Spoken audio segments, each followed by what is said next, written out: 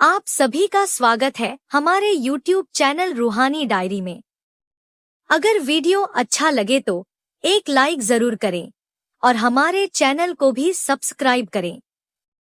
यह साखी है महाशिवरात्रि की उस पावन रात की जब धरती और आकाश, देव और मानव, समय और शून्य सब एक हो जाते हैं।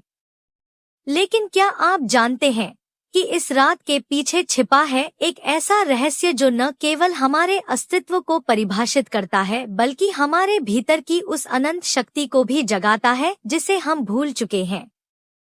तो चलिए मेरे साथ चलिए उस यात्रा पर जहां हम जानेंगे कि आखिर क्यों यह रात इतनी खास है, क्यों लाखों भक्त इस रात जागते हैं, क्यों शिव की आराधना करते हैं और क्यों यह रात हमारे जीवन को पूरी तरह बदल सकती है।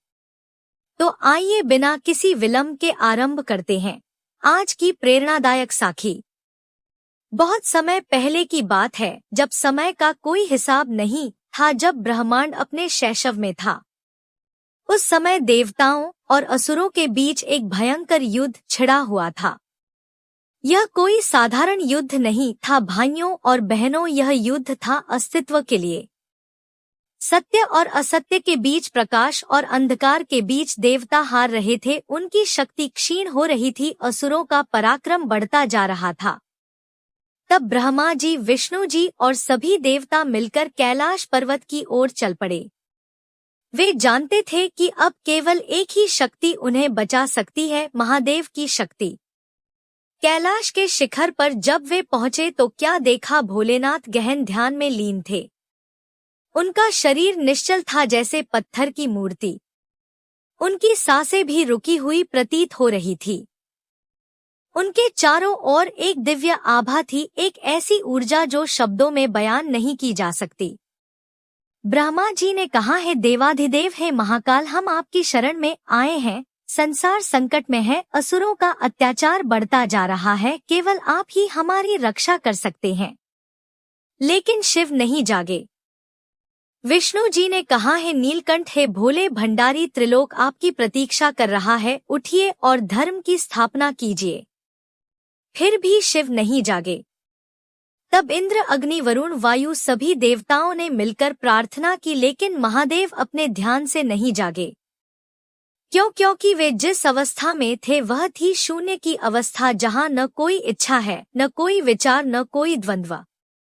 तब माता पार्वती आईं। उन्होंने अपने स्वामी को देखा और मुस्कुराईं। वे जानती थी कि शिव को जगाने का केवल एक ही तरीका है। उन्होंने अपनी हथेली शिव के हृदय पर रखी और धीरे से कहा, है आदिदेव, यह संसार आपकी सृष्टि है, यदि आप ही इसकी रक्षा नहीं करेंगे तो कौन करेगा। और तब भाइयों और बहनों एक अद्भुत घटना घटी। शिव की पलकें धीरे से खुली। उनकी आंखों में वह तेज था जो सूर्य को भी मंद कर दे। उन्होंने चारों ओर देखा और सब कुछ समझ गए। शिव ने कहा, मैं जानता हूँ कि संसार संकट में है, लेकिन इस संकट का समाधान युद्ध में नहीं, समुद्र मंथन में है। देवताओं और असुरों को मिलकर क्षीर सागर का मंथन करना होगा, उससे अमृत प्राप्त होगा जो सभी समस्याओं का समाधान है। और फिर शुरू हुआ वह महान समुद्र मंथन। मंदराचल पर्वत को मथानी बनाया गया, वासुकी नाग को रस्सी बनाया गया। देवता एक और, असुर दूसरी ओर, और शुरू हुआ वह मंथन जो युगों तक चला। पहले समुद्र से निकले 14 रत्न, कामधेनु, गाय, उच्चैश्रवा, घोड़ा, ऐरावत, हाथी, कौस्तुभ मणि, पारिजात वृक्ष, लक्ष्मी जी और न जाने क्या क्या। हर कोई खुश था, लगा कि अब अमृत आने वाला है। लेकिन तभी भाइयों और बहनों, समुद्र के गर्भ से निकला कुछ ऐसा जिसने सबके होश उड़ा दिए। निकला हलाहल विष, इतना भयंकर, इतना विनाशकारी कि उसकी एक बूंद से पूरा ब्रह्मांड नष्ट हो सकता था। उस विष की गर्मी से समुद्र उबलने लगा, उसके धुएं से आकाश काला पड़ने लगा, उसकी दुर्गंध से प्राणी बेहोश होने लगे। देवता भागे, असुर भागे, सब अपनी जान बचाने में लग गए, लेकिन वह विष फैलता ही जा रहा था। तब सभी फिर से कैलाश की ओर दौड़े। इस बार उनकी आंखों में केवल भय था। माता पार्वती समझ गई कि शिव क्या करने वाले हैं। उन्होंने शिव का हाथ पकड़ा और कहा, नहीं स्वामी, यह विष आपको मार देगा, कृपया मत जाइए। शिव ने प्रेम से कहा, प्रिय, यदि मैं नहीं गया तो यह सारा संसार नष्ट हो जाएगा और यह संसार हमारा घर है। यह कहकर शिव आगे बढ़े और उन्होंने वह किया जो कोई और नहीं कर सकता था। उन्होंने हलाहल विष को अपने हाथों में उठाया और एक ही घूंट में पी लिया। माता पार्वती ने तुरंत अपना हाथ उनके कंठ पर रख दिया, जिससे वह विष नीचे न उतरे। उसी क्षण शिव का कंठ नीला पड़ गया और वे नीलकंठ कहलाए। विष की पीड़ा असहनीय थी, लेकिन शिव के हृदय में करुणा थी। देवताओं ने प्रार्थना की, तब चंद्रदेव शिव के मस्तक पर विराजमान हुए। गंगा माता शिव की जटाओं में प्रवाहित हुई। माता पार्वती ने पूरी रात शिव की सेवा की और वही रात थी महाशिवरात्रि की रात, त्याग, साधना और जागरण की रात। प्रभात होते ही शिव सामान्य हो गए।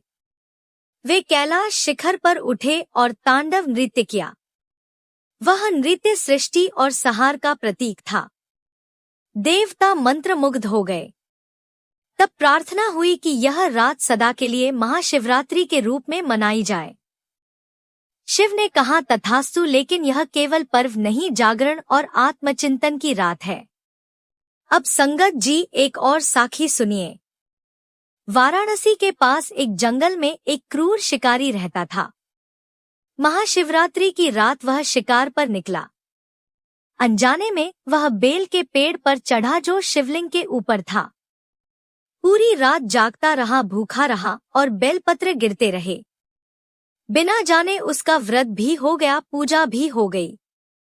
सुबह हिरण आया और बोला, मुझे कुछ समय दे दो, मैं लौट आऊंगा। शिकारी ने करुणा से उसे छोड़ दिया। हिरण लौटा भी। यह देखकर शिकारी का हृदय बदल गया। उसने हिंसा त्याग दी और शिवभक्त बन गया। अब आते हैं सबसे पवित्र मंत्र पर, ओम नमः शिवाय।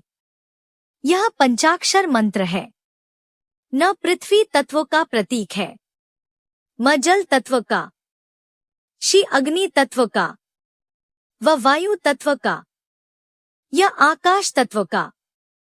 जब हम यह मंत्र जपते हैं तो अपने पांचों तत्व शिव को समर्पित कर देते हैं।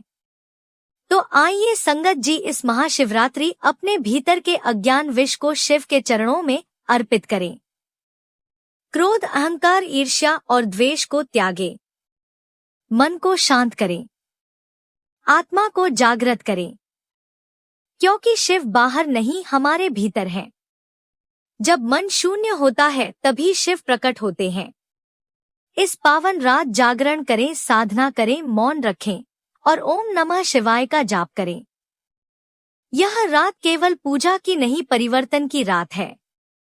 यही वह क्षण है जब साधारण मनुष्य भी असाधारण बन सकता है। और संगत जी याद रखिए, जिस दिन मनुष्य अपने भीतर के भय को त्याग देता है, उसी दिन शिव का वास उसके हृदय में हो जाता है। शिव का अर्थ है कल्याण। जहाँ करुणा है वहाँ शिव है। जहाँ त्याग है वहाँ शिव है। जहाँ अहंकार का अंत है वहीं महादेव का आरंभ है। महाशिवरात्रि की यह पावन रात हमें यही संदेश देती है कि अंधकार चाहे कितना भी गहरा हो, यदि श्रद्धा सच्ची हो तो प्रकाश अवश्य प्रकट होता है। शिव कभी शोर में नहीं मिलते, वे मौन में मिलते हैं। वे दिखावे में नहीं मिलते, वे समर्पण में मिलते हैं। और संगत जी यह भी समझ लीजिए कि शिव कोई दूर बैठा देव नहीं है। शिव तो चेतना है। शिव तो वह मौन है जहाँ से विचार जन्म लेते हैं और जहाँ जाकर विलीन हो जाते हैं। जब मन शांत होता है, जब इच्छाएं थम जाती हैं, जब अहंकार गल जाता है, तब शिव स्वयं प्रकट होते हैं। महाशिवरात्रि इसलिए जागरण की रात है क्योंकि यह हमें सिखाती है कि सोया हुआ मनुष्य ही दुखी है और जागा हुआ मनुष्य ही मुक्त है। इस रात जागना केवल आंखों का नहीं, चेतना का जागरण है। यदि आप इस रात अपने भीतर झांक लें, यदि अपने दोषों को स्वीकार कर लें, यदि अपने मन को शिव के चरणों में रख दे, तो समझ लीजिए आपकी साधना पूर्ण हो गई। शिव को पाने के लिए जंगल पहाड़ नहीं जाना पड़ता, शिव को पाने के लिए भीतर उतरना पड़ता है। जब आप किसी को क्षमा करते हैं तब शिव प्रकट होते हैं। जब आप किसी का दर्द समझते हैं तब शिव मुस्कुराते हैं। जब आप किसी के लिए अपना स्वार्थ छोड़ते हैं तब महादेव आपके साथ चल पड़ते हैं। इसी संदेश के साथ संगत जी, आज की यह साखी आपके चरणों में समर्पित है। इसे केवल सुनिए नहीं, अपने जीवन में उतारिए, क्योंकि कथा वही सफल है जो जीवन बदल दे। ईश्वर आपको सत्य की राह पर चलने की शक्ति दे। शिव आपकी रक्षा करें और आपको भीतर से मजबूत बनाए।